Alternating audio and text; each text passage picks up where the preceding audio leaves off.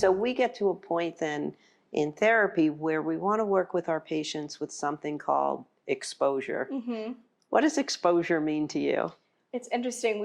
The first time I kind of learned about exposure therapy was we did a group on Fridays in residential called Exposure to Exposure. And so we obviously, it was a good name. Good. Exactly. We weren't necessarily in exposure treatment, but they were exposing us to the idea of exposure therapy because it was something that was really important and very relevant in the mental health world. And so we would rotate what we would do on those Fridays, but we would either learn about the exposure hierarchy and how it works when we expose ourselves to fear and in vivo and experiential and all those different types of exposure.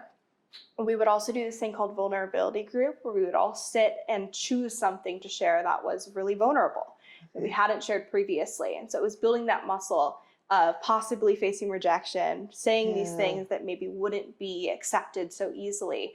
And then when you went later in the week to therapy or had a tough conversation with your parents, you're like, I've done this before. I've been vulnerable. And I kind of rode that wave of fear and it turned out okay. So I kind of think about when I was in treatment and it was very much doing exposures that were essential to being able to function. So it was things like making sure that I could stop doing things that were very repetitive and those repetition behaviors, or maybe it was things related to cleanliness or things I had anxiety about. So like rubbing my hands in dirt and then sitting there for the session and tolerating that distress. And then in DBT, you work towards building an everyday life and solving everyday problems. So now in vivo exposure is like, all right, starting a new class at college and it's uncomfortable to ask for people's numbers so that I can text if there's a question about an assignment or homework, and I'm going to like work up to that because that's anxiety provoking. So like making conversation with someone in line at coffee, or asking someone random for help on an assignment and doing those things that are uncomfortable, but again, are everyday problems now that you're living an everyday life. This has been an incredible privilege.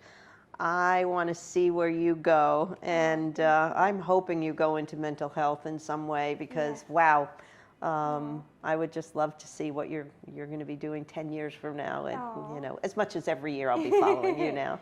Thank you so much. I'm so glad we got to do this, and it was just such an honor to talk about all these things and being able to share my story. Thank you.